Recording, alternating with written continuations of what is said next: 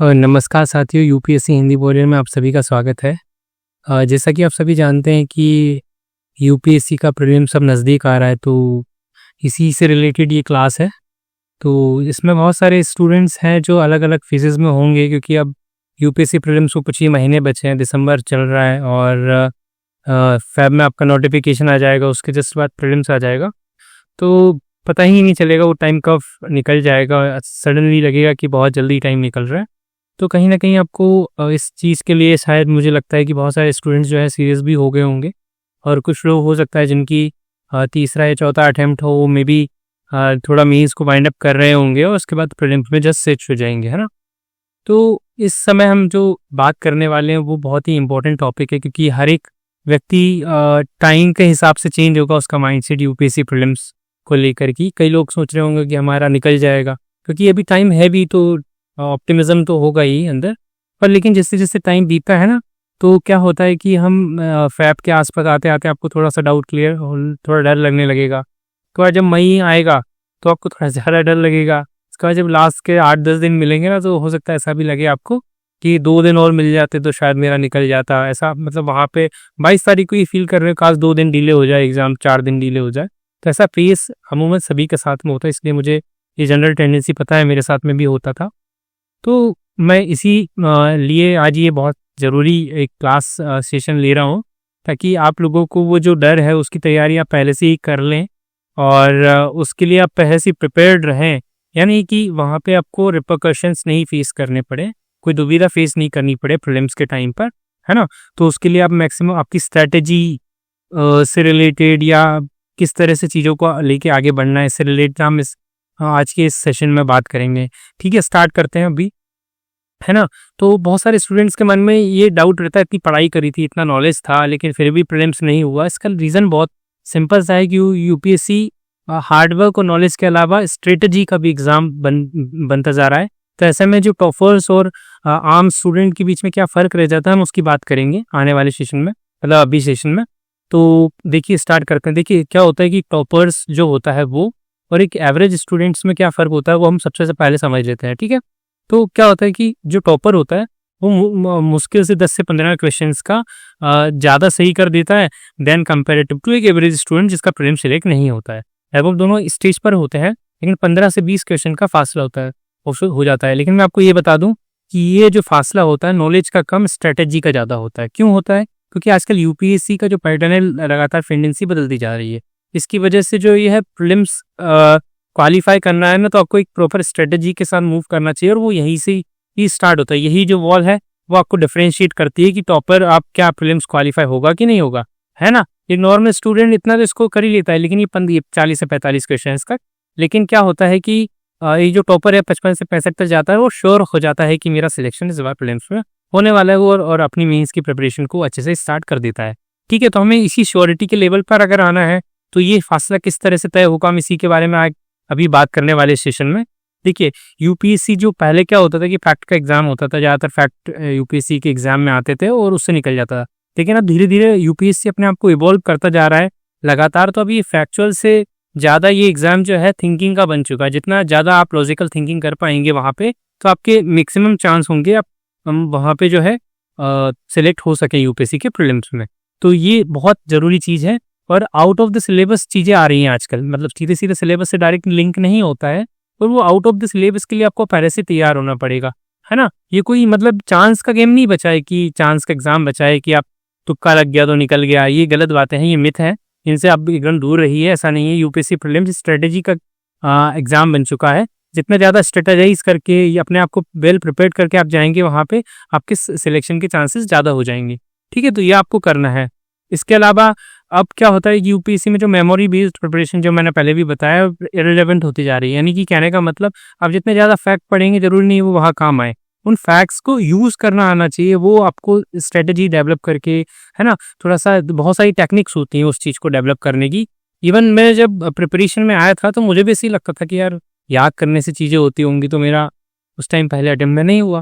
लेकिन मैंने उस चीज़ को रियलाइज़ करा, मैंने इतना कुछ पढ़ा था, नहीं हुआ, क्या रीज़न था, है ना। इसके बाद में तो फिर मैंने चीज़ें चेंज करी, फिर यूपीएससी को समझा, देन देखा तो कम नॉलेज में भी निकल जाता है। इवन मतलब लास्ट अटेम्प्ट में तो मैंने जब क्या करा था कि पिछले जो अटेम्प्ट दिया था उसमें कि उसमें प्रीलिम्स के लिए मैंने ज़्यादा तैयारी ही नहीं करी थी, मतलब उसमें मेरी थोड़े हेल्थ इश्यूज़ भी आ गए थे, तभी वो ईज़िली निकल गया। क्यों? क्योंकि मुझे वो स्ट्रैटेजी पता थी, वो तरीके पता थे कि किस तरह से चीज़ें करनी है, तो वो बहुत ज़रूरी है।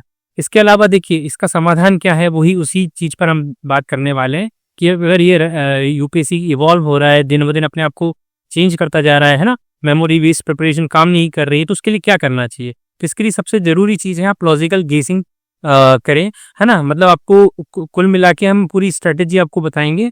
तो मैं एक सारांश में कुछ एक चीज़ें बता देता हूँ कि जैसे मान लो आपको किस तरह से, अगर आपको 40 से क्वेश्चन आते हैं, या हो सकता है बहुत सारों को तो 30 क्वेश्चंस ही आते हैं, तो भी उनका प्रीलिम्स निकल जाता है। कोई व्यक्ति 40 क्वेश्चन आते हैं, उसका प्रीलिम्स नहीं निकलता है। क्यों? क्योंकि वो 40 तो आते थे, वो 40 में सिर्फ 10 5-6 गलत कर दिए, 35 के आसपास सही करे, लेकिन उसको लॉजिकल गेसिंग नहीं आती थी। इसकी वजह से उसने ज़्यादा अटेम्प्ट नहीं करे, 50-60 लिए और तुक्के मार दिए। तो ऐसे लोगों का प्रीलिम्स नहीं होगा। इसके लिए आपको ये सब चीज़ें सीखनी पड़ेगी, है ना? तो ये हम इस पर भी बात करेंगे। सबसे पहले लॉजिकल गेसिंग में अगर हम बात करें तो लैंग्वेज को पढ़कर आपको सीखना पड़ेगा, क्योंकि यूपीएससी की लैंग्वेज अगर आप समझना सीखे, एक्सट्रीम वर्ड्स को या और दूसरी चीज़ों को, तो उससे क्या होगा, आप स्टेटमेंट पढ़ने से अंदाज़ा लगा पाएंगे कि यार ये सही है कि नहीं है। हम आने वाले मतलब सेशन के आगे आने वाले स्लाइड्स में पीवाईक्यू को कुछ डिस्कस भी करेंगे, हम किस तरह से हम एक दूसरे के स्टेटमेंट में लॉजिकल गेसिंग के थ्रू हम सही कर सकते हैं। मैंने 2-3 साल के पीवाईक्यू लिए, जिसमें से लेटेस्ट ईयर यानी 25 के ज़्यादा लिए हैं, मतलब 5-6 मैंने क्वेश्चंस लिए हैं, तो हम बात करेंगे। इसके बाद में पैटर्न रिकॉग्निशन बहुत ज़रूरी है। क्या होता है कि आजकल यूपीएससी ना फैक्ट या टॉपिक रिपीट नहीं करती, पैटर्न को रिपीट करती, लॉजिकल पैटर्न को। वो लॉजिकल स्टेटमेंट्स कभी एनवायरनमेंट में लगा देगी, कभी साइंस में। मैंने लास्ट ईयर भी इस चीज़ के बारे में बात करी थी। मैं अपकमिंग प्रीलिम्स के लिए भी मैं यही बात कर रहा हूँ कि लगातार क्या है कि यूपीएससी जो फैक्ट को तो रिपीट नहीं करती, लॉजिक्स को रिपीट करती है। और वो लॉजिकल गेसिंग अगर आप सीख गए, तो वो लॉजिक्स आप किसी भी सब्जेक्ट में लगा करके ईजिली मतलब सही कर सकते हैं उसको। इसके बाद प्रोबेबिलिटी बहुत ज़रूरी है। देखिए क्या होता है कि अगर मान लो प्रोबेबिलिटी से अगर हम बहुत सारी चीज़ें सिखाएंगे इसमें, तो अगर आपने मान लो 4 स्टेटमेंट्स आए और 2 स्टेटमेंट्स में से आपने एलिमिनेट कर दिया, बचे 2, यानी कि 50-50 प्रोबेबिलिटी होगी आपकी, अगर इस किसी में से एक में भी लगा के आ जाते हैं तो।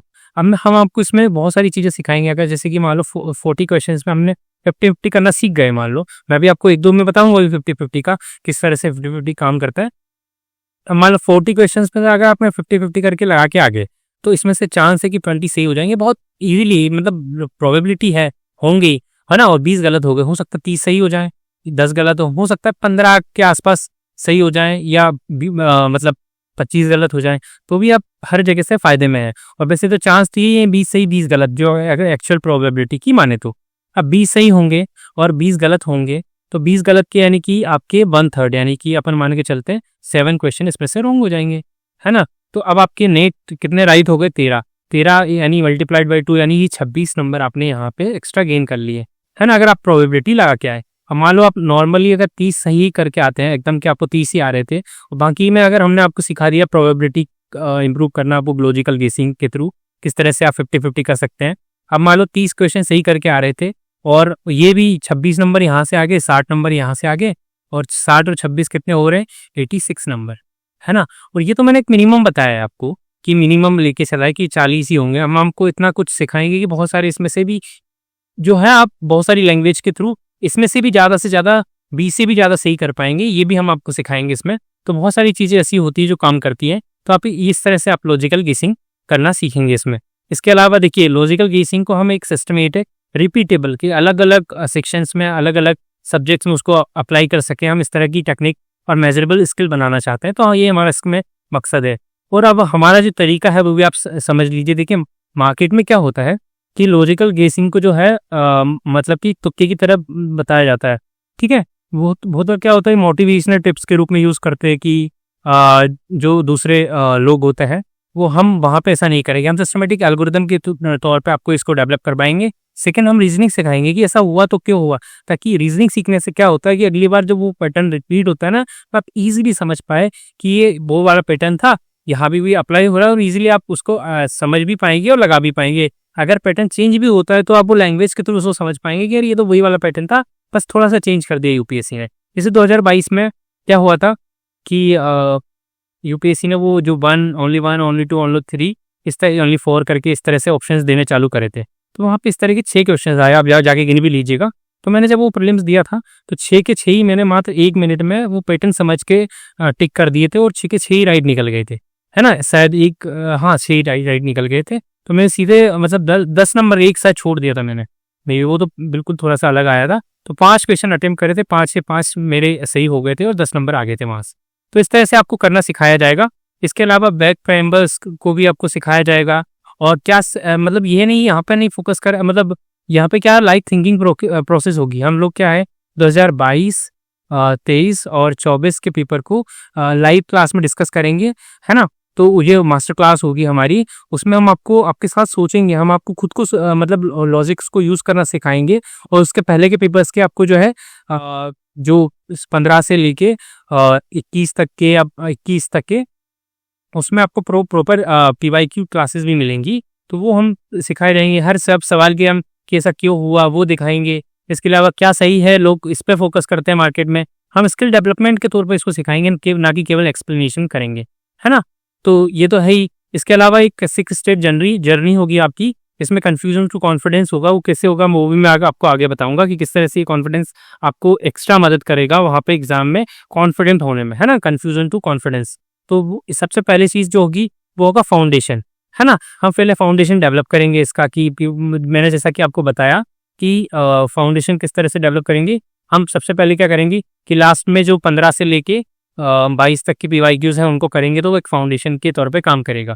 फिर इसके बाद में एक 4 स्टेप फ्रेमवर्क होगा, वो मैं आपको आगे बताऊंगा किस तरह से इसमें काम करेगा। फिर हम PYQ इंटेलिजेंस फ्रेमवर्क पे भी काम करेंगे। PYQ इंटेलिजेंस मैंने अभी थोड़ी देर पहले भी बोला था, वो क्या होता है मैं समझाता हूँ।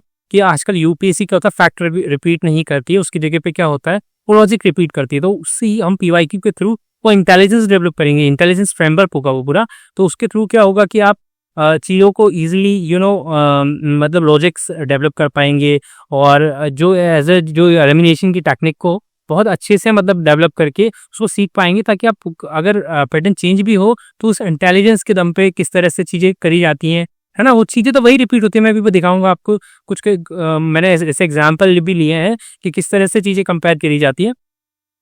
इसके बाद में एडवांस रिस्क मैनेजमेंट सिखाया जाएगा। एडवांस रिस्क मैनेजमेंट में क्या होगा कि मान लो आपने एक क्वेश्चन सही कर लिया, वो किस तरह से आपको उस एक क्वेश्चन के दम पे 3 क्वेश्चन पे और रिस्क लेनी है, मतलब रिस्क मैनेजमेंट भी सिखाया जाएगा आपको।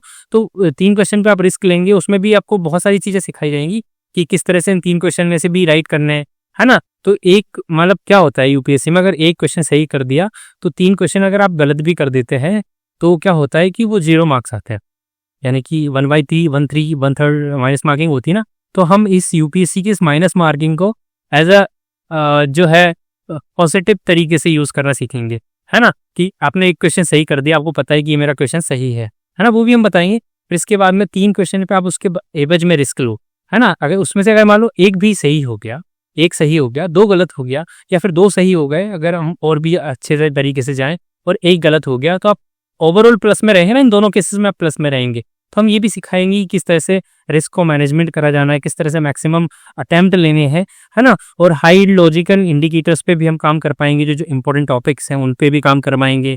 और जो पैटर्न बार बार रिपीट होते हैं ना, उन पे भी हम आपको काम करवाएंगे, ताकि वो उसमें से तो आपके कुछ गलत हो ही नहीं। अगर ऐसे 10 से 15 क्वेश्चन भी अगर आप सही करिए, वही हमारा मकसद है कि आप 10 से 15 जो है और लोगों से सही कर दें, और 20 से 30 नंबर प्लस में रहे, तो आपका प्रीलिम्स इतने ही नंबर से रुकता होगा, है ना? और बल्कि मैं तो बता रहा हूँ कि आपको अगर थोड़ा बहुत नॉलेज भी अगर एक्स्ट्रा ले लिया आपने इस बीच में 5-6 महीने की तैयारी में, तो आपके प्रीलिम्स के क्लियर होने के चांसेस लगभग 100% है, मतलब ठीक है। इसका लाइव थिंकिंग लैब होगी, जिसमें हम खुद जो है वहाँ प्रेजेंट होंगे और आपसे क्वेश्चंस को अलग करवाएंगे। मैंने जैसे आपका बताया 22 से लेके 24 के पेपर होंगे, 22, 23, 24 के, उनको लाइव करवाया जाएगा। इसके बाद में जो मैंने 4 लॉजिकल फ्रेमवर्क की बात करी थी, है ना? तो सबसे पहले लैंग्वेज एलिमिनेशन आपको सिखाया जाएगा कि किस तरह से एक्सट्रीम वर्ड्स को तुरंत पहचाने, किस तरह से, मैं भी एग्जाम्पल भी दूंगा इन सबके। इसके बाद में नॉलेज को यूज़ करना सिखाया जाएगा, किस तरह से नॉलेज को यूज़ करके जो है कॉन्ट्राडिक्शन स्पॉटिंग भी कर सकते हैं उसी नॉलेज के यूज़ करके। मैं ये अभी एक एग्जाम्पल मैंने दिया भी, ये कॉन्ट्राडिक्शन स्पॉटिंग हम नॉलेज के थ्रू यूज़ करेंगे उसमें। अभी मैं एग्जाम्पल के तौर पर सिखाऊंगा। ऐसे बहुत सारे क्वेश्चन रिपीट होते हैं, मैंने तो केवल एक ही एग्जाम्पल पर लिए, 1 या 2, है ना? फिर इसके बाद में लीस्ट रॉन्ग, दो क्वेश्चन है, उसमें से लीस्ट कौन सा रॉन्ग होगा भी मैं एक और वो इसका भी एग्जाम्पल दूंगा, तो वो भी हम आपको सिखाएंगे। इसके बाद में नेचुरल ट्रुथ स्पॉटिंग भी सिखाएंगे, जो इकोलॉजी और एनवायरनमेंट की कि यार ये तो कुछ एक्सट्रीम बातें कर रहा है, ऐसा तो पॉसिबल ही नहीं है कि नेचुरली वो ट्रूथ तो है कि नहीं है, नेचुरली वो फॉल्स है। तो वो उस तरह की चीज़ें भी आपको सिखाई जाएंगी। मैं अभी देखते हैं ये वाला, है ना, एक से नहीं बहुत सारे उससे कॉन्फिडेंस आएगा आपको। अपने और देखते हैं।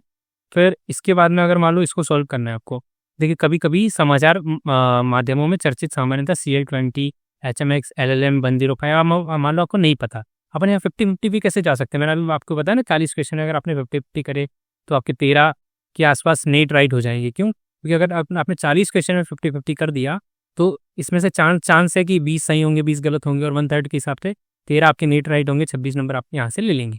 तो आप देखते हैं, इसको छोड़ने की जगह पे ये काम करना है आपको। मैं आपको सिखाऊंगा उसमें कि 90+ अटेम्प्ट कैसे ले, है ना, और तुक्के नहीं मारेंगे उसमें, प्रॉपर सिस्टमेटिक तरीके से पहले से डिसाइड करके जाएंगे। ठीक, तो ये फिर ये आया। अब मान लो अब इसको कैसे करें, आपको नहीं आता, मान लो आपने नहीं पढ़ा, तो अब देखो यहाँ पे अपन पढ़ते हैं ये हाइड्रोक्लोरोफ्लोरोकार्बन प्रशीतों को विकल्प है। मान लो आपको नहीं पता है कि है कि नहीं, शेन आयुधों के अंतर्गत विस्फोटक है, आपने सब पढ़ा। फिर ये क्रूज मिसाइलों के लिए उच्च ऊर्जा ईंधन है, और ये रॉकेट नोदन है तो ईंधन है। अब देखो कि अगर मान लो ये क्रूज मिसाइलों में यूज़ होते हैं तो ये रॉकेट में भी यूज़ हो सकते हैं, है ना, और ये अगर रॉकेट में यूज़ होते हैं तो क्रूज में इस मिसाइलों में भी यूज़ हो सकते हैं। इसका मतलब ये तो कॉम्प्लीमेंट्री स्टेटमेंट हो गया, यानी कि या तो दोनों सही होंगे या दोनों गलत होंगे, है ना। तो अब यूपीएससी ने इस तरह से ऑप्शन फ्रेमवर्क करा है कि दोनों सही हो नहीं सकते, क्योंकि नीचे 1 2 इस तरह के स्टेटमेंट्स तो नहीं दे रखे ना। यहाँ पर लॉजिकली उसने आपको 2 ऐसे विकल्प दे दिए, दोनों सही होने के चांसेस है। इसका मतलब ये दोनों सही नहीं होंगे। क्यों? क्योंकि यहाँ पे हमें एक चूज करना है, और ये तो या तो दोनों गलत होंगे या दोनों सही होंगे। तो यहाँ पे हम गलत वाला करेंगे, क्योंकि अगर इसको सही लिया तो फिर इसको भी सही लेना पड़ेगा, इसको सही लिया तो इसको भी सही लेना पड़ेगा, क्योंकि दोनों के एक दूसरे के कॉम्प्लीमेंट्री स्टेटमेंट्स है ना, मतलब कॉन्ट्राडिक्टरी, कि अगर ये सही हो गया तो ये भी सही होगा ना, मतलब तो इस तरह से कॉम्प्लीमेंट कर रहे हैं एक दूसरे को। तो ये तो इन दोनों में से ये चला गया। अब बच्चे 50-50 पे हम आ गए यहाँ पे, है ना, 50% हमारी प्रोबेबिलिटी सही होने की है। अब यूपीएससी क्या होता है, इसमें भी मैं आपको लाइव सेशन में बताऊंगा किस तरह से लैंग्वेज को यूज़ करा जाता है। तो सैन्य आयुधों को आयुधों के अंतर्गत विस्फोटक है, तो हम ये वाला क्वेश्चन सही कर देंगे, ये वाला जो ऑप्शन है तो इसको सही कर देंगे। मैं इसमें भी बताऊंगा आपको कि किस तरह से ये जो वर्ड है इनको यूज़ करा जाता है। जैसे कि आपने RDX का नाम सुना होगा, थोड़ा सा दिमाग लगाओ कि मैंने इस तरह के कई वर्ड पढ़े हुए हैं क्या। तो HMX, RDX, LLM बहुत सारे होते हैं, ये ना, वो इस तरह के वर्ड्स होते हैं जो कहीं ना कहीं विस्फोटकों से मैच करते हैं। ठीक है, तो इस तरह से आपको सही करना होता है। इसके बाद मैं ये वाला तो मैंने जब साइंस की क्लास ली थी लास्ट ईयर, उसमें भी पढ़ाया था। वो सेम क्वेश्चन हमारे उससे रिपीट हो गया था साइंस की क्लास से। मुश्किल से वो 1.5 घंटे की क्लास है, उससे 2-3 क्वेश्चन आ गए थे। तो ये देखिए मोनोक्लोनल एंटीबॉडीज, तो ये तो मैंने पढ़ाया भी था कि ये लैब में ही बनाई जाती है, मानव निर्मित प्रोटीन है ये। तो बिल्कुल सही है, लैब में बनाई जाती है, तो लैब में तो मानव निर्मित ही होंगे ना। तो इसके बाद में ये विशिष्ट प्रतिजनों एंटीजन से बंधन बनाने की अपनी क्षमता के कारण प्रतिरक्षात्मक प्रक्रिया को दीपित करते हैं। बिल्कुल, एंटीबॉडी का काम ही क्या होता है, आपके इम्यून सिस्टम को स्ट्रॉन्ग कर बनाना। तो बिल्कुल सही है, एंटीबॉडी जैसे कि कोई भी वायरस होता है तो आपका जो इम्यून सिस्टम है वो ऑटोमेटिकली एंटीबॉडीज बनाता है। हम वही एंटीबॉडीज लैब में बना रहे हैं ताकि उससे बचा जा सके, है ना, ताकि वायरस के इन्फेक्शन से बचा जा सके। तो जो मैंने यहाँ पढ़ा अभी यहाँ आ गया, निपा विषाणु के संक्रमण जैसे विषाणु संक्रमणों के उपचार में प्रयुक्त होते हैं। बिल्कुल इसी के लिए होते हैं, और यहाँ पे ऐसा भी नहीं देगा केवल इसी के लिए होते हैं, इसके टाइप के भी कोई भी विषाणु हो, संक्रमण हो, उसके लिए एंटीबॉडीज काम करती हैं। बिल्कुल तीनों स्टेटमेंट्स इजी थे, मतलब अपने नॉलेज से ये चीज़ हो सकती थी।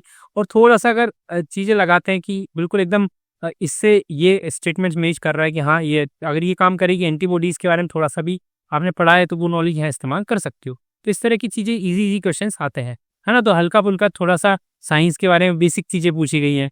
इसके बारे में अगला देखते हैं। देखिए ये बहुत एक्सट्रीम स्टेटमेंट्स वाला है, मैं आपको दिखाऊंगा इसमें। जैसे कि ये वाला जो क्वेश्चन आया था, इसमें एक्सट्रीम स्टेटमेंट्स किस तरह से यूज़ करी गई है। जैसे कि महासागरीय जल में कोई विषाणु जीवित नहीं बच सकता। आप बताओ कि महासागर है ये, इसमें जल में एक भी विषाणु जीवित बच गया तो स्टेटमेंट गलत हो जाएगा कि नहीं हो जाएगा, मतलब सही हो जाएगा, एक भी जीवित बच गया। और अगर आप बोलोगे कि नहीं यार नहीं बच सकता, तो ये गलत ही होगा ना, कि मतलब एक भी बच गया तो ये गलत ही है। मतलब क्यों? क्योंकि अगर इतना बड़ा जल है, क्या एग्जाम ही ना हर जगह एक विषाणु को देख लो कि जीवित है कि नहीं है ना।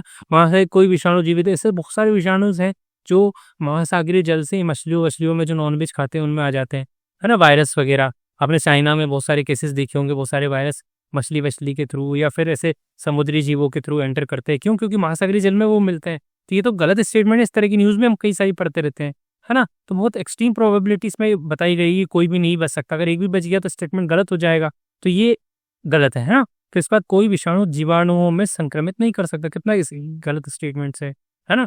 कोई विषाणु जीवाणुओं में संक्रमण नहीं करेगा, तो ऐसे बहुत सारे हैं जो जीवाणु यानी कि बैक्टीरिया उसमें मतलब संक्रमण करता है ना? तो जीवाणु तो हम भी हैं एक तरह से, हमारे अंदर भी बहुत सारे बैक्टीरियाज, गुड बैक्टीरियाज होते हैं, उनको वायरस इन्फेक्ट कर देते हैं, तो हमारी बॉडी इन्फेक्टेड हो जाती है, तो ये भी गलत है। कोई विषाणु मतलब एक्सट्रीम स्टेटमेंट्स को यूज़ करी गई है और हर साल इस तरह के जो एक्सट्रीम स्टेटमेंट्स हैं आते हैं, हर साल ये रिपीट होता है। मैं लास्ट ईयर के भी एक आधा और भी लिया है मैंने, तो ऐसे सारे तो अभी नहीं ले सकता, इतना कम टाइम है। तो कोई विषाणु परपोषी कोशिका में कोशिकीय अनुलेखात्मक सक्रियता को परिवर्तित नहीं कर सकता। अगर एक भी विषाणु ने कर दिया तो ये भी गलत हो जाएगा। तो इसलिए इस तरह के स्टेटमेंट्स एग्जामिनर तभी देता है जब वो गलत हो या फिर प्रोबेबिलिटी इस तरह की देता है ना? तो इस तरह से ये तीनों स्टेटमेंट्स गलत हो जाएंगी। इसके अलावा फिर इसमें देखें कि निम्नलिखित कथनों पर विचार कीजिए, ठीक है? तो भारत खनिज सुरक्षा भागीदारी ग्रुप में एक सदस्य के रूप में सम्मिलित हो गया है। किसमें? वो जो मिनरल सिक्योरिटी पार्टनरशिप में MSP जो हुआ था उसमें। तो ठीक है, भारत खनिज सुरक्षा भागीदारी में एक सदस्य के रूप में। अब मान लो आपने नहीं पढ़ा तो चलो ठीक है, इसको छोड़ो अभी कि हुआ कि नहीं हुआ। MSP में हो गया ना, मिनरल सिक्योरिटी पार्टनरशिप, जो US लेड इनिशिएटिव है जिसमें अमेरिका द्वारा समर्थित है ना, तो अमेरिका वाला, तो उसमें हो गया है। पर हमको अब मान लो आपको नहीं पता तो अपन इसको छोड़ेंगे, अभी देखते हैं अगला स्टेटमेंट छोड़ते हैं। भारत अपने द्वारा चिन्हित सभी 30 अति आवश्यक खनिजों में साधन संपन्न है। क्या हम इसके एक भी उसका इंपोर्ट नहीं करते हैं? आपने इसी के जो प्रीवियस ईयर अगर पेपर देखा होगा PYQ 2023 का, तो उसमें कोबाल्ट के बारे में आया था कि कॉन्गो सबसे ज़्यादा प्रोड्यूस करता है ना? वो भी एक क्रिटिकल मिनरल है, वो भी हम इंपोर्ट करते हैं। लिथियम हम कितना सारा इंपोर्ट करते हैं, हमारे यहाँ बहुत सारे मिनरल्स ऐसे हैं जिनमें हम मतलब इंपोर्ट करते हैं। तो फिर अगर जो चीज़ इंपोर्ट कर रहे हैं उसमें साधन संपन्न कैसे हो सकते हैं? यानी कि एक्सट्रीम वर्ड यूज़ कर लिया यहाँ पे कि सभी में साधन संपन्न है। दूसरा गया, ये गया और ये भी गया। आंसर आ गया C। कुछ भी नहीं था, ईजी था बहुत। इसके बाद में अब ये देखिए 2019 का क्वेश्चन का पेपर है ना? क्वेश्चन पेपर का क्वेश्चन है, तो इसमें देखिए अब किस तरह से चीज़ें यूज़ हुई हैं, किस तरह से इसमें रीजनिंग लगा सकते हैं। थोड़ा देखने में तो अभी कई लोगों को डिफिकल्ट लग रहा होगा, पर हम इसमें रीजनिंग का हेल्प लेते हैं। किस तरह से देखिए, AIIB के 80 से अधिक सदस्य राष्ट्र भी, मुझे नहीं पता, सच में नहीं पता मुझे। फिर AIIB में भारत सबसे बड़ा शेयरधारक है, ये भी नहीं पता मुझे, तो अब क्या सिखाएंगे? तो AIIB में एशिया से बाहर का कोई भी सदस्य देश नहीं है। अब थोड़ा चांस बन रहा है, देखो ये बोल रहा है कि एशिया से बाहर का कोई भी नहीं है। अब मैंने अभी थोड़ी देर पहले एक साइड में बोला था कि किस तरह से नॉलेज को रीजनिंग के रूप में यूज़ करना है। अब देखो AIIB में भारत से बाहर का नहीं है और ये बोल रहा है AIIB में 80 से अधिक राष्ट्र है। अगर 80 से अधिक होंगे तो एशिया से बाहर का भी होगा, तो ये दोनों एक दूसरे के कॉन्ट्राडिक्टरी। अगर ये सही हुआ तो ये गलत होगा और ये सही हुआ तो ये गलत होगा, यानी कि 1 और 3 दोनों साथ सही नहीं हो सकते हैं। यहाँ भी 1 और 3 दे रखा था, यहाँ भी दे रखा था। अब ये देखिए, है ना? तो अब ये बचा 1 या 2 3, या तो दोनों, ये दोनों सही होंगे या ये सही होंगे, ठीक है?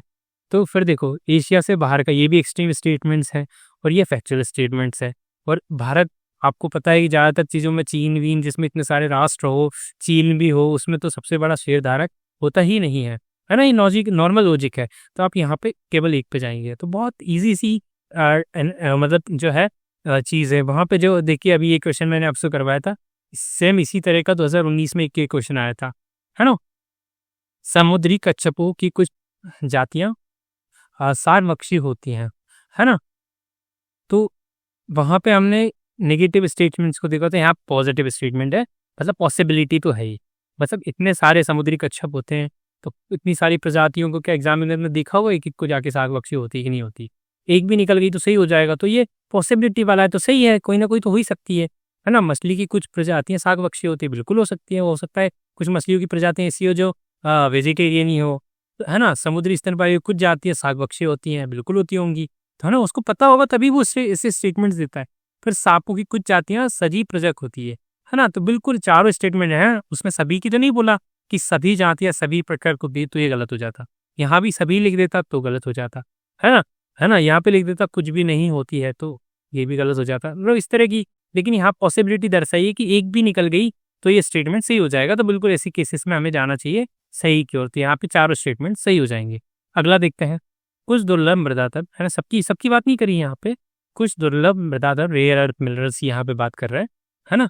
तो सपाट टेलीविजन स्क्रीन और कंप्यूटर मॉनिटर के रूप में प्रयुक्त होते हैं। बिल्कुल होते होंगे, इतने सारे 17 आपने रेयर अर्थ एलिमेंट्स को पढ़ा होगा, है ना, 17, है ना, जिसमें से आपने अलग अलग लैंथेनाइट वगैरह इनके सबके बारे में, तो बिल्कुल कुछ तो होते ही होंगे। फिर इसके बाद कुछ दुर्लभ मृदा तत्वों में स्फुरदीप गुणधर्म होते हैं। स्फुरदीप मतलब वो ल्यूमिनेसेंट प्रॉपर्टी, जिससे स्क्रीन में कलर आते हैं। बिल्कुल, तो अगर स्क्रीन में अगर कलर आ रहा है तो कलर टीवी वगैरह में ये बिल्कुल यूज़ होते होंगे, एलईडी में यूज़ होते होंगे।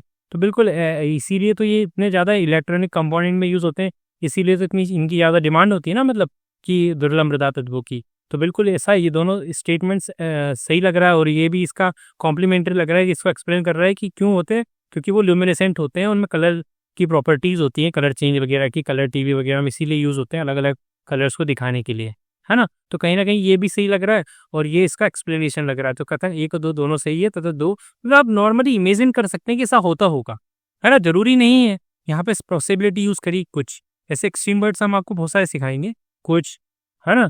इसके बाद में मतलब सभी इस तरह से, अब यहाँ लिख देता सभी सपाट टेलीविजन स्क्रीन, तो वो गलत हो जाता। क्यों? क्योंकि सभी की बात कर दी है उसने, तो उससे तो कोई सा नहीं हो।